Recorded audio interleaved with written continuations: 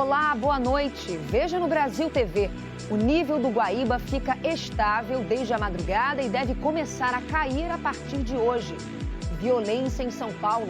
Assaltantes invadem uma casa e matam um morador de 88 anos.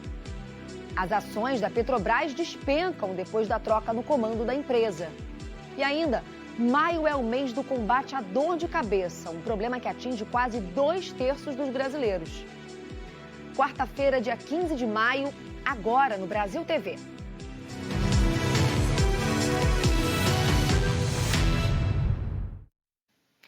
O tempo firme em todo o Rio Grande do Sul hoje traz a esperança de que o nível da água diminua nas cidades alagadas.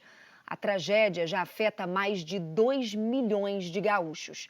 614 mil pessoas estão fora de casa em diversas cidades. A Defesa Civil do Estado anunciou que chegou a 149 o número de mortos. 108 estão desaparecidos. Vamos às informações de mais um dia de resgates com o Juliano Castro. Mesmo passadas 2 semanas, desde que os níveis dos rios aqui na região metropolitana subiram, o trabalho ainda é muito intenso aqui embaixo, como na orla do Guaíba. Veja só que movimentação deste momento, são vários barcos, motos aquáticas.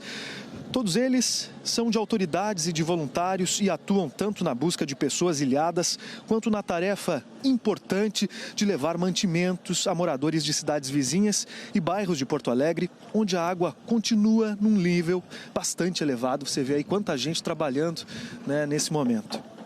Do alto, o Globocop tem registrado cenas que causam tristeza em todos nós. Essas imagens, feitas mais cedo, mostram um casal passando por uma área alagada de Porto Alegre, levando alguns materiais no barco.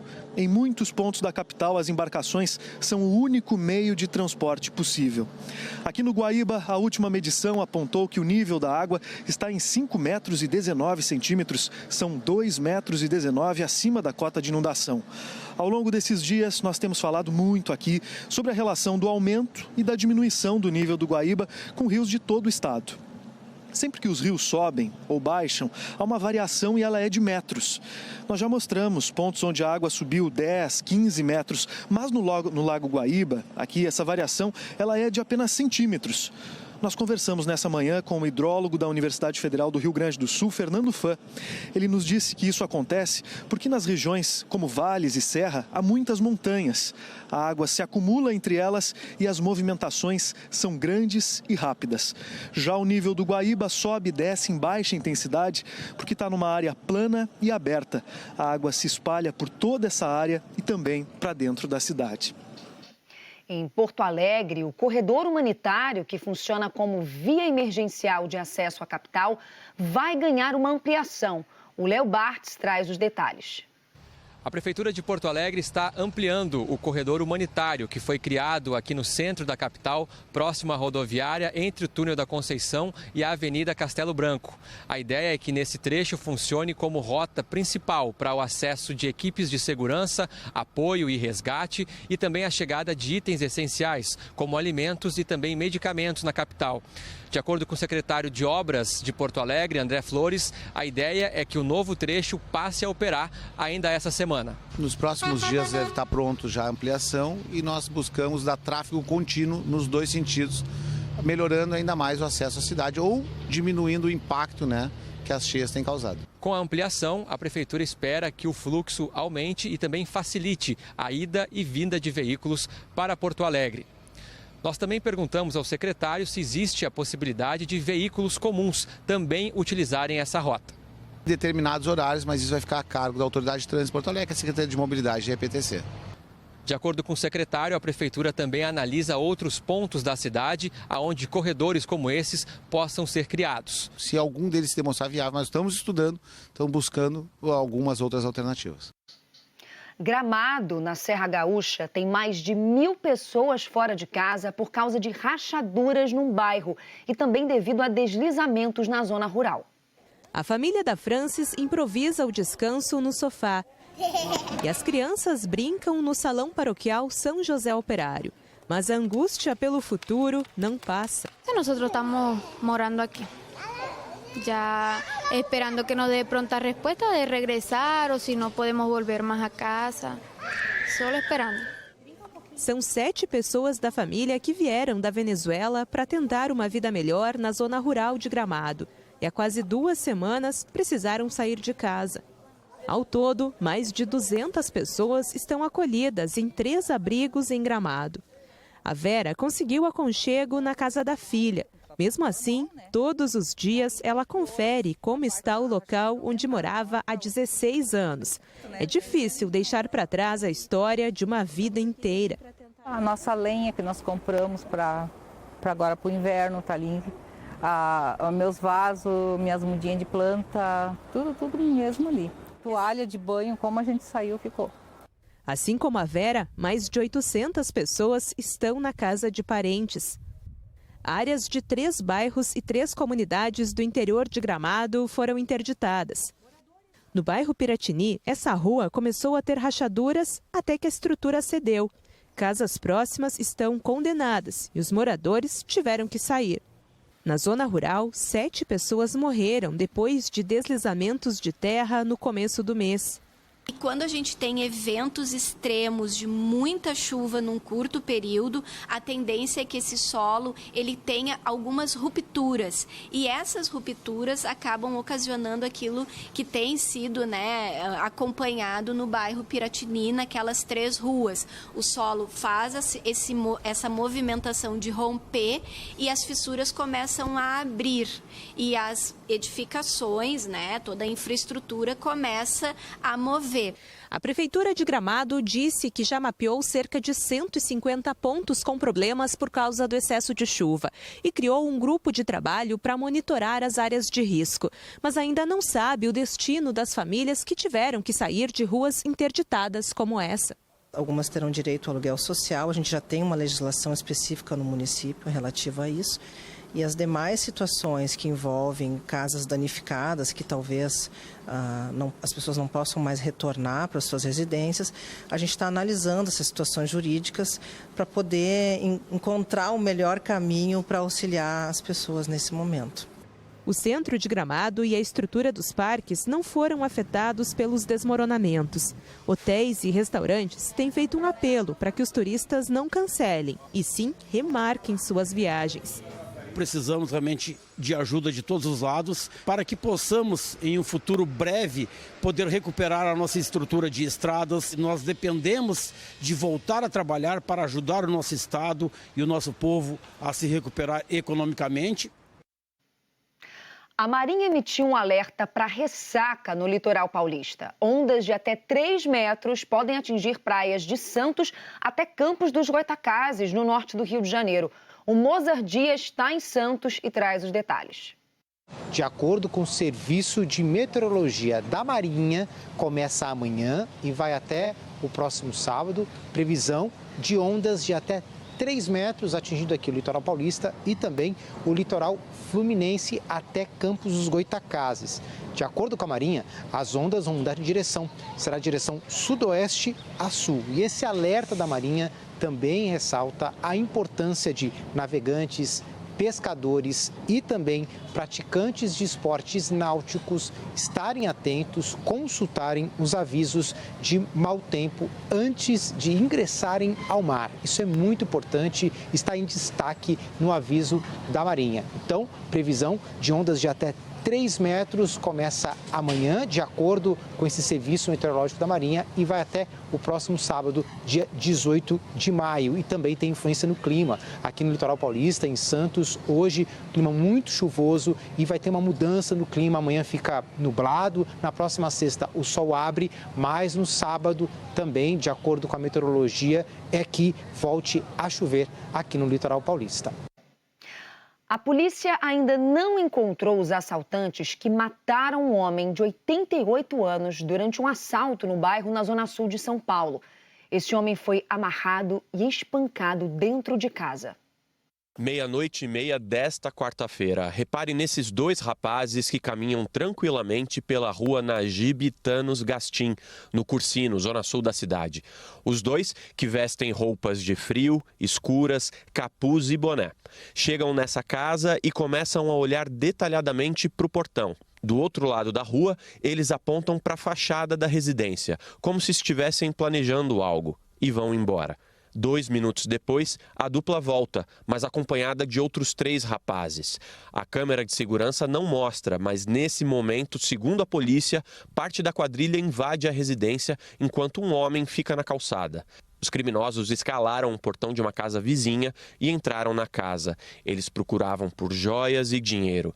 De acordo com a polícia, João Kanashiro, de 88 anos, reagiu ao assalto e por isso foi amarrado pelas pernas, mãos e com um cachecol no pescoço e agredido pelos assaltantes. Quando a polícia chegou, João tinha sinais de espancamento e ferimentos na cabeça, braços e pernas.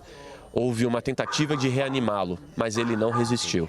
Em estado de choque, a esposa não conseguiu explicar o que foi levado pelos criminosos. A Regiane é vizinha do casal, mora no bairro há 20 anos. Eu estava em casa deitada, porque meu quarto também dá para a rua aqui e não ouvi nada, não ouvi barulho, não ouvi tiro. Só acordei de manhã, aí eu vi que era a casa aqui do lado que tinha sido assaltada. Os 5 criminosos que invadiram a casa fugiram.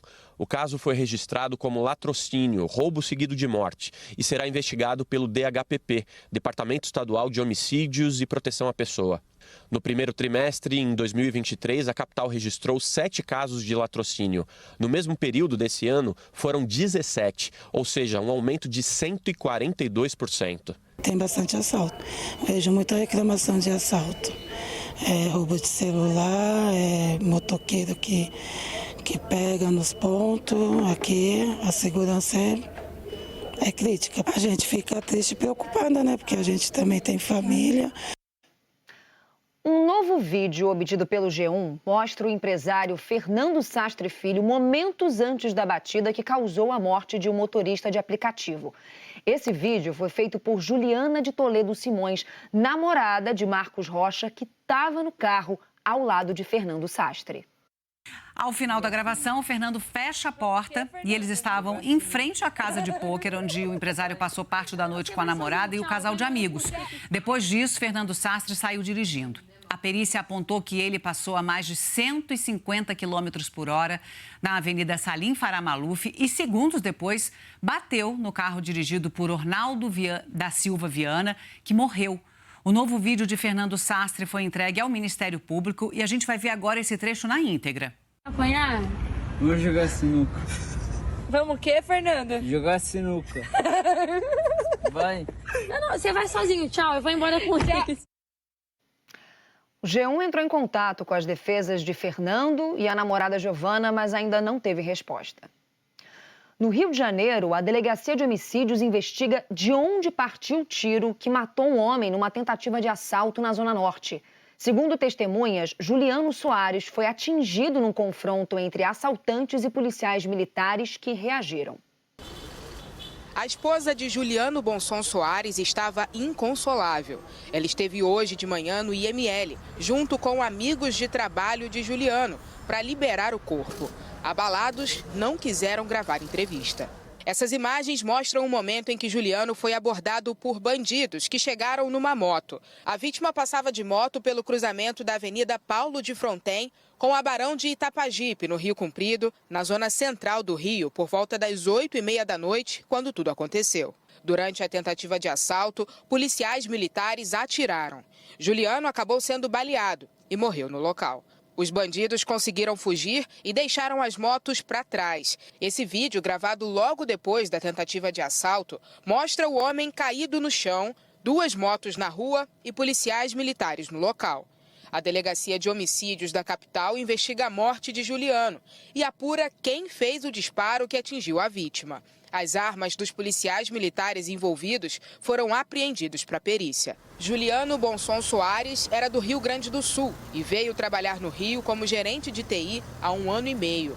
Aqui nas portas dessa loja e também desse condomínio, dá para ver marcas de tiro e também sangue. Juliano morava com a esposa na Tijuca, bem perto de onde foi baleado. Quem mora aqui no Rio Comprido reclama dos assaltos na região. Vi só as motos parando e ele, assalto, vamos embora. Aí não deu outra, né? Já invadiram esse prédio aqui, já roubaram aqui, entendeu? Já botaram cerca, tudo por causa disso. E aqui está muito perigoso. Em nota, a Polícia Militar informou que equipes do batalhão de choque viram 2 homens em luta corporal e, quando os policiais se aproximaram, foram feitos disparos contra eles, que revidaram. Um dos suspeitos fugiu e Juliano foi atingido. A PM disse que a equipe estava usando câmeras nos uniformes e que as imagens já estão sendo extraídas para análise. A Bolsa Brasileira operou em queda nessa quarta-feira depois da troca de comando da Petrobras. As ações da empresa caíram mais de 6%, menos de 24 horas depois da demissão de Jean Paul Prates. A indicada para assumir o comando da empresa, Magda Chambriard, se reuniu com o ministro de Minas e Energia. O nome dela ainda precisa passar por uma avaliação interna e ser aprovado pelo conselho da empresa. Magda Chambriard será a 6ª pessoa na presidência da Petrobras em 6 anos. Numa carta interna ontem, Jean Paul Prates disse: minha missão foi precocemente abreviada na presença regozijada de Alexandre Silveira e Rui Costa.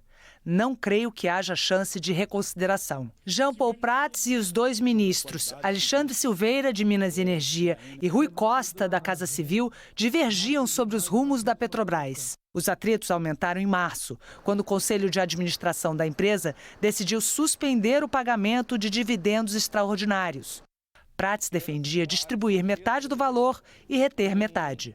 O governo, que tem maioria no conselho da empresa, venceu no voto. Os investidores reagiram mal e a Petrobras chegou a perder 55 bilhões de reais em valor de mercado num único dia. No fim de abril, a empresa voltou atrás e aprovou a distribuição de metade desses dividendos em 2 parcelas. Com o anúncio de mudança no comando, as ações da Petrobras no mercado brasileiro abriram hoje em queda. E na Bolsa de Nova York também caíram na abertura do pregão. As reações foram muito negativas, a gente está vendo a Bolsa cair hoje, o preço da ação está despencando também, da Petrobras lá fora e aqui dentro, como era esperado. Você fazer uma troca dessa forma, com essa sinalização que vem de uma ingerência política muito clara, muito específica, coloca uma percepção de que, olha, os resultados da Petrobras no futuro podem sofrer por conta disso. E aí a reação do mercado é imediata, esses preços acabam caindo e por conta do peso da Petrobras dentro do Ibovespa como um todo, da Bolsa como um todo, você acaba tendo esse indicador caindo com intensidade, que é o que a gente está vendo acontecer no dia de hoje. O Conselho de Administração da Petrobras se reuniu de manhã para oficializar a saída de Jean Paul Prates e indicou Clarice Coppetti, diretora de assuntos corporativos da estatal, para ocupar o cargo temporariamente. Coppetti fica no posto até que a Assembleia de Acionistas aprove o nome de Magda Chambriard, indicada pelo presidente Lula como nova presidente da companhia. Magda Chambriard tem 67 anos, é carioca, engenheira civil, formada pela Universidade Federal do Rio de Janeiro e tem pós-graduação em engenharia química. Ela entrou na Petrobras como estagiária em 1980. Trabalhou por 22 anos na empresa. Em 2002, foi para a ANP, a Agência Nacional do Petróleo, Gás Natural e Biocombustíveis, onde atuou na diretoria até ser nomeada presidente da agência em 2008. Também foi diretora-geral da ANP entre 2012 e 2016, durante o governo de Dilma Rousseff. Magda Chambriard é a 2ª mulher a ser indicada para chefiar a Petrobras, 12 anos depois de Graça Foster. A Petrobras é a maior empresa do Brasil, tem capital aberto e acionistas no mundo inteiro. No governo Bolsonaro, foram 4 presidentes na companhia. Esse é o 2º no governo Lula. Para os especialistas, essas mudanças podem indicar intervencionismo e instabilidade. Eles explicam que o maior desafio da nova presidente será restaurar a credibilidade e mostrar autonomia em relação ao Palácio do Planalto. Magda Chambriard teve uma reunião esta manhã com Alexandre Silveira no Ministério de Minas e Energia. Para este economista, o governo quer mais controle sobre a Petrobras. Tanto Jean Paul Prates quanto a Magda são absolutamente competentes, entendem do segmento, mas certamente a Magda terá uma tarefa muito árdua, que é retirar as incertezas. Ela tem que ter autonomia para gerir uma empresa global. Uma empresa que tem ramificações no mundo inteiro e acionistas no mundo inteiro. A seguir, uma história inspiradora. O curso em São Paulo que ensina pessoas cegas ou com baixa visão a usar maquiagem.